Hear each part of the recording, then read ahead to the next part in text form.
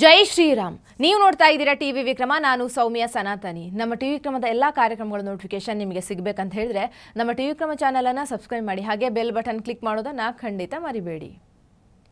ಒಂದು ದೇಶವನ್ನ ನಾಶ ಮಾಡಬೇಕಂದ್ರೆ ನಾವೇ ಹೋಗಿ ನೇರವಾಗಿ ದಾಳಿ ಮಾಡಬೇಕು ಅಂತ ಇಲ್ಲ. ಸ್ವಲ್ಪ ತಲೆ ಉಪಯೋಗಿಸಿದ್ರೆ ಸಾಕು, ಇಡೀ ದೇಶವನ್ನ ಛಿದ್ರ ಮಾಡಿಬಿಡಬಹುದು. ಹಾಗೆ ಈಗ ಪಾಕಿಸ್ತಾನವನ್ನ ಮುಗಿಸೋದಕ್ಕೆ ಈಗ ಭಾರತವೇ ಬೇಕು ಅಂತ ಇಲ್ಲ. ಪಾಕಿಸ್ತಾನ ಸೇನೆಯನ್ನ ಪಾಕಿಸ್ತಾನಿಗಳೇ ಹೊಡೆದು ಹಾಕ್ತಾರೆ. ಇದುವರೆಗೂ ಇಡೀ ಜಗತ್ತಿನಲ್ಲಿ ಇಂಥ ಸುದ್ದಿ ಕೇಳಿಯೇ ಇರಲಿಲ್ಲ. ಒಂದು ದೇಶದ ಸೇನೆಯನ್ನ ಅದೇ ದೇಶದ ಪ್ರಜೆಗಳೇ ದಾಳಿ ಮಾಡಿ ಮುಗಿಸ್ತಾರಂದ್ರೆ ಅದು ಪಾಕಿಸ್ತಾನ ಒಂದೇ. ಪಾಕಿಸ್ತಾನ ಈಗ ಪಂಚರ್ ಆಗಿರುವಂಥ ಟ್ಯೂಬ್ ಇದ್ದಂಗೆ, ಪ್ಯಾಚ್ ಹಾಕಿದಷ್ಟು ತೂತುಗಳು ಆಗ್ತಾನೆ ಇರ್ತವೆ. ಒಂದು ಕಡೆ ಬಲೂಚಿಸ್ತಾನ್, ಇನ್ನೊಂದು ಕಡೆ ಸಿಂಧ್, ಮತ್ತೊಂದು ಕಡೆ ವಜಿರಿಸ್ತಾನ್. ಇವರೇ ಸಾಕು ಪಾಕಿಸ್ತಾನ ಸೇನೆಯನ್ನು ಮುಗಿಸೋದಕ್ಕೆ. ಪಾಕಿಸ್ತಾನ ಸೇನೆ ಲಿಟ್ರಲಿ ರಾಕ್ಷಸರ ಸಂತಾನವೇ. ನಾವು ಪಾಕಿಸ್ತಾನದ ಭಯೋತ್ಪಾದಕರ ಮೇಲೆ ದಾಳಿ ಮಾಡ್ತೀವಿ, ಆದರೆ ಅವರು ಅಮಾಯಕರ ಜೀವ ತೆಗಿತಾರೆ. ಅವರಿಗೆ ಮನುಷ್ಯತ್ವ ಅನ್ನೋದೇ ಇಲ್ಲ. ಇದೆಂಥ ಕೆಟ್ಟ ಸೇನೆ ಅಂದರೆ ತನ್ನವರೇ ಆದ ಬಲೂಚಿಸ್ತಾನಿ ಹೆಣ್ಣು ಮಕ್ಕಳ ಮೇಲೆ ಅತ್ಯಾಚಾರ ಮಾಡ್ತಾರೆ, ಅವರನ್ನು ಕೆಟ್ಟದಾಗಿ ಬಳಸ್ಕೋತಾರೆ, ಹಿಂಸೆ ಮಾಡ್ತಾರೆ. ಇದೇ ಕಾರಣಕ್ಕೆ ಅವರು ನಮಗೆ ಪಾಕಿಸ್ತಾನದ ಸಹವಾಸವೇ ಬೇಡ, ನಾವು ಬೇರೆ ಆಗ್ತೀವಿ ಅಂತಿರೋದು. ಈಗ ನೋಡಿ, ಇನ್ನೊಂದು ಕಡೆ ತನ್ನದೇ ದೇಶದ ಹಸುಗೂಸುಗಳನ್ನು ಡ್ರೋನ್ ಹಾರಿಸಿ ಸಾಯಿಸ್ತಾರೆ. 4 ಅಮಾಯಕ ಮಕ್ಕಳ ಜೀವ ತೆಗೆದಿದ್ದಾರೆ, 30 ಜನರನ್ನ ಕೊಂದಿದ್ದಾರೆ. ಇದು ವಜಿರಿಸ್ತಾನದ ಕತೆ. ಈ ಅಟ್ಯಾಕ್ ಆದ ಪ್ರದೇಶ ಅಫ್ಘಾನಿಸ್ತಾನದ ಜೊತೆ ಹೊಂದಿಕೊಂಡಿದೆ. ಪಾಕಿಸ್ತಾನದ ಸೇನೆ ಅಲ್ಲಿನ ಅಮಾಯಕರನ್ನ ಗುರಿ ಮಾಡಿ ಅಟ್ಯಾಕ್ ಮಾಡುತ್ತೆ. ದಾಳಿಯ ನಂತರ ಮತ್ತೆ ಪಾಕಿಸ್ತಾನಕ್ಕೆ ಕಂಟಕ ಶುರುವಾಗಿದೆ. ಈಗ TTPಗೆ ದೊಡ್ಡ ಆದೇಶ ನೀಡಿದೆ, ಪಾಕಿಸ್ತಾನದ ಸೇನೆಯನ್ನ ಕಂಡಲ್ಲಿ ಗುಂಡಿಟ್ಟು ಕೊಲ್ಲಿ ಅಂತ. ಪಾಕ್ ಭಾರತದ ಮೇಲೆ ಹೇಗೆ ದಾಳಿ ಮಾಡ್ತು ನೋಡಿದ್ದೀರಲ್ವಾ? ಡ್ರೋನ್ಗಳನ್ನು, ಮಿಸೈಲ್ಗಳಿಂದ ಭಾರತದ ಅಮಾಯಕರ ಪ್ರಾಣ ತೆಗೆಯೋಕೆ ಟ್ರೈ ಮಾಡ್ತು. ಆದರೆ ಭಾರತದ ಡಿಫೆನ್ಸ್ ಗಟ್ಟಿಯಾಗಿತ್ತು. ಪಾಕಿಸ್ತಾನಕ್ಕೆ ನಮ್ಮ ಕೂದಲು ಕೂಡ ಕಿತ್ಕೊಳ್ಳೋಕ್ಕಾಗಲಿಲ್ಲ. ಅದೇ ರೀತಿಯ ಅಟ್ಯಾಕನ್ನು ಪಾಕ್ ತನ್ನದೇ ದೇಶದ ವಜಿರಿಸ್ತಾನದ ಮೇಲೆ ಮಾಡಿದೆ.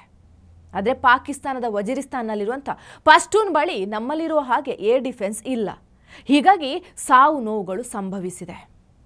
ಪಾಕಿಸ್ತಾನಿ ಡ್ರೋನ್ ವಜಿರಿಸ್ತಾನದ ಕೆಲವು ಹಳ್ಳಿಗಳಲ್ಲಿ ಹಾಗೂ ಮಸೀದಿಗಳ ಮೇಲೆ ಬಿದ್ದಿದೆ.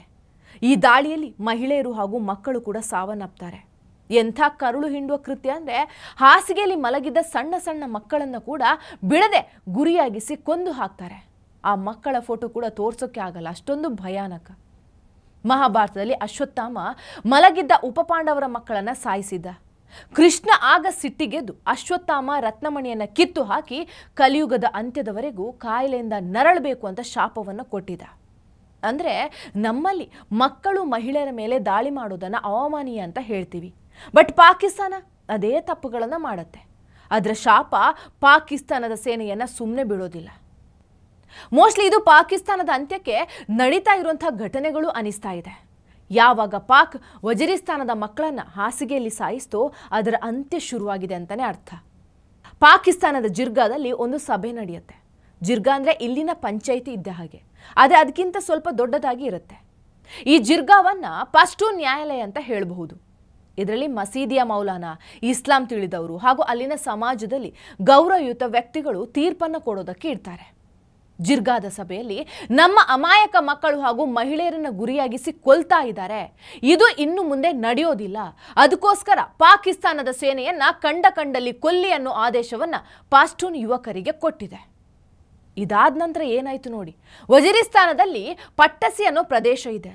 ಅಲ್ಲಿನ ಮಿರ್ ಅಲಿ ಏರಿಯಾದಲ್ಲಿ ಪಾಕ್ನ 19 ಆರ್ಮಿ ವಾಹನಗಳನ್ನು ಬ್ಲಾಸ್ಟ್ ಮಾಡಲಾಗಿದೆ. ಇದು ಫಸ್ಟ್ ಅಟ್ಯಾಕ್. ಎರಡನೇ ಅಟ್ಯಾಕ್ನಲ್ಲಿ ಲಾನ್ಸ್ ನಾಯ್ಕ್ ಸಬೀರ್, ಸಿಪಾಯಿ ಫರ್ಹಾದ್, ಸಿಪಾಯಿ ಖಾದೀರ್, ಕ್ಯಾಪ್ಟನ್ ಉಸ್ಮಾನ್, ನೈಬ್ ಸುಬೇದಾರ್ ನಬಿ, ಸಿಪಾಯಿ ಜಾಹಿರ್ನನ್ನು ಕೊಂದು ಹಾಕ್ತಾರೆ. ಮೂರನೇ ಅಟ್ಯಾಕ್ನಲ್ಲಿ ಸ್ಫೋಟಕದಿಂದ ಪಾಕಿಸ್ತಾನಿ ಆರ್ಮಿ ವಾಹನಗಳನ್ನು ಬ್ಲಾಸ್ಟ್ ಮಾಡಲಾಗಿದೆ. ಇದರಲ್ಲಿ ಪಾಕಿಸ್ತಾನಿ ಸೇನೆಯ 8 ಸೈನಿಕರು ಸಾವನ್ನಪ್ಪಿದ್ದಾರೆ. ನಾಲ್ಕನೇ ಅಟ್ಯಾಕ್ನಲ್ಲಿ ಪಾಕಿಸ್ತಾನ ಸೇನೆಯ ಆರ್ಮೇಡ್ ವಾಹನ ಕಾನ್ವಾಯ್ ಹೈವೇ ಮೂಲಕ ಹಾದು ಹೋಗ್ತಾ ಇತ್ತು, ಅದನ್ನು ಕೂಡ ಬ್ಲಾಸ್ಟ್ ಮಾಡಲಾಗಿದೆ. ಒಟ್ಟಾರೆ ಒಂದೇ ದಿನದ 4 ಅಟ್ಯಾಕ್ನಲ್ಲಿ ಪಾಕಿಸ್ತಾನದ 35 ಸೈನಿಕರನ್ನು ಕೊಲ್ಲಲಾಗಿದೆ. ಹಾಗಾದರೆ ಪಾಕಿಸ್ತಾನದ ನಾಗರಿಕರ ಮೇಲೆ ಡ್ರೋನ್ ಮೂಲಕ ಅಟ್ಯಾಕ್ ಮಾಡುವಂಥ ಪರಿಸ್ಥಿತಿ ಯಾಕೆ ಬಂದಿದೆ? ಅದಕ್ಕೆ ಕಾರಣ ಪಾಕಿಸ್ತಾನ ಸೇನೆಯ ಜನರಲ್ ಆದಂಥ ಆಸಿಮ್ ಮುನೀರ್ನ ಮತಾಂಧತೆಯ ಚಿಂತನೆ ಹಾಗೂ ಪಶ್ತೂನ್ಗಳ ಮೇಲಿನ ದ್ವೇಷ. ಇದನ್ನ ನಾನು ಹೇಳ್ತಾ ಇಲ್ಲ. ಇದರ ಬಗ್ಗೆ ಪಾಕಿಸ್ತಾನದ ಹಿರಿಯ ಪತ್ರಕರ್ತನಾದ ರಾಜ್ ಮುನೀರ್ ಅನ್ನೋ ವ್ಯಕ್ತಿ ಆಸಿಮ್ ಮುನೀರ್ ಮನಸ್ಥಿತಿ, ಆಲೋಚನೆ ಹಾಗೂ ಭಯೋತ್ಪಾದನೆ ಬಗ್ಗೆ ಒಳ್ಳೆ ಮಾಹಿತಿಯನ್ನು ನೀಡಿದ್ದಾರೆ. General Asim Munir has promoted himself to be a field marshal in Pakistan. After General Ayub Khan, who then assumed power in Pakistan completely, Asim Munir is the second general in Pakistan's history who has been elevated to the position of being a field marshal. Now, if you look at General Asim Munir basically is trying to be a mix of both General Zia and General Musharraf. He wants to be a Zia by ideology, but tactically he wants to be Musharraf, and that was pretty evident in the Pahalgam terror attack which happened in April, or the subsequent Operation Sindoor, taking India and Pakistan to the brim of the war. So ideologically he is a Zia, he is radicalized. Tactically he wants to be Musharraf, he wants to bring India on a dialogue table and internationalize the Kashmir issue between India and Pakistan. Now one thing more, from the history, Ayub Khan was replaced by Yahya Khan and it led to the division of Pakistan. Who is going to replace Munir, and when the next division of Pakistan is going to happen? We will have to just quietly watch and see how it is going to turn out. So interesting times in Pakistan. Let Munir, I would say, be in his glory of being a field marshal, because he lost a very limited war with India. Pakistan is the only place where generals get promotions and medals for actually losing the war than winning. ಇವರು ತಮ್ಮ ವಿಡಿಯೋದಲ್ಲಿ ಹೇಳ್ತಾರೆ, ಪಾಕಿಸ್ತಾನದ general Ayub Khan ನಂತರ ಈಗ ಮೊದಲನೇ ಬಾರಿ awesome Munir ತನ್ನನ್ನ ಫೀಲ್ಡ್ ಮಾರ್ಷಲ್ ಆಗಿ ಮಾಡ್ಕೊಂಡಿದ್ದಾನೆ. ಇದುವರೆಗೆ ಪಾಕಿಸ್ತಾನದಲ್ಲಿ ಆಯೂಬ್ ಖಾನ್ ಇವರನ್ನ ಮಾತ್ರ ಫೀಲ್ಡ್ ಮಾರ್ಷಲ್ ಮಾಡಿಸಲಾಗಿತ್ತು. ಇದಲ್ಲದೆ ಆಸಿಮ್ ಮುನೀರ್ ಜನರಲ್ ಜಿಯಾ ಉಲ್ ಹಕ್ ಮುಜಫರ್ನ ಮಿಕ್ಸ್ ಅಂತ ಹೇಳ್ತಾ ಇದ್ದಾರೆ. ಜನರಲ್ ಆಯೂಬ್ ಖಾನ್ ನಂತರ ಅಹಿಯಾ ಖಾನ್ ಪಾಕಿಸ್ತಾನಿ ಆರ್ಮಿ ಚೀಫ್ ಆಗಿದ್ರು. ಅದರ ನಂತರ ಪಾಕಿಸ್ತಾನದ ವಿಭಜನೆ ಆಗಿತ್ತು. ಈಗ ಆಸಿಮ್ ಮುನೀರ್ ತನ್ನನ್ನ ಫೀಲ್ಡ್ ಮಾರ್ಷಲ್ ಮಾಡ್ಕೊಂಡಿದ್ದಾರೆ. ಇವನ ನಂತರ ಯಾರು ಆರ್ಮಿ ಜನರಲ್ ಆಗ್ತಾರೆ ಅನ್ನೋದನ್ನ ನೋಡಬೇಕು. ಪಾಕಿಸ್ತಾನದ ಸ್ಥಿತಿ ಆಯೂಬ್ ಖಾನ್ ಸಮಯದಲ್ಲಿ ಏನಾಗಿತ್ತು, ಮುಂದೆ ಕೂಡ ಅದೇ ಆಗಲಿದೆ. ಅಲ್ಲಿಯವರೆಗೂ ಸುಮ್ಮನೆ ಕಾಯಿರಿ ಅಂತ ಹೇಳಿದ್ದಾರೆ. ಪಾಕಿಸ್ತಾನದ ಪರಿಸ್ಥಿತಿ ನೋಡಿದ್ರೆ ಭಗವದ್ಗೀತೆಯ ಒಂದು ಸಾಲು ನೆನಪಾಗತ್ತೆ. ಯಾರ ಜನ್ಮವಾಗಿದೆಯೋ ಅವರ ಮೃತ್ಯು ನಿಶ್ಚಿತ. ಈಗ ಪಾಕಿಸ್ತಾನದ ಅಂತ್ಯ ನಿಶ್ಚಿತ. ಟಿವಿ ವಿಕ್ರಮ, ದೇಶ ನಿಮ್ಮ ಕೈಯಲ್ಲಿ. ಈ ಕಾರ್ಯಕ್ರಮ ನಿಮಗೆ ಇಷ್ಟ ಆಗಿದ್ದಲ್ಲಿ ಲೈಕ್, ಶೇರ್ ಹಾಗೂ ಕಮೆಂಟ್ ಮಾಡಿ.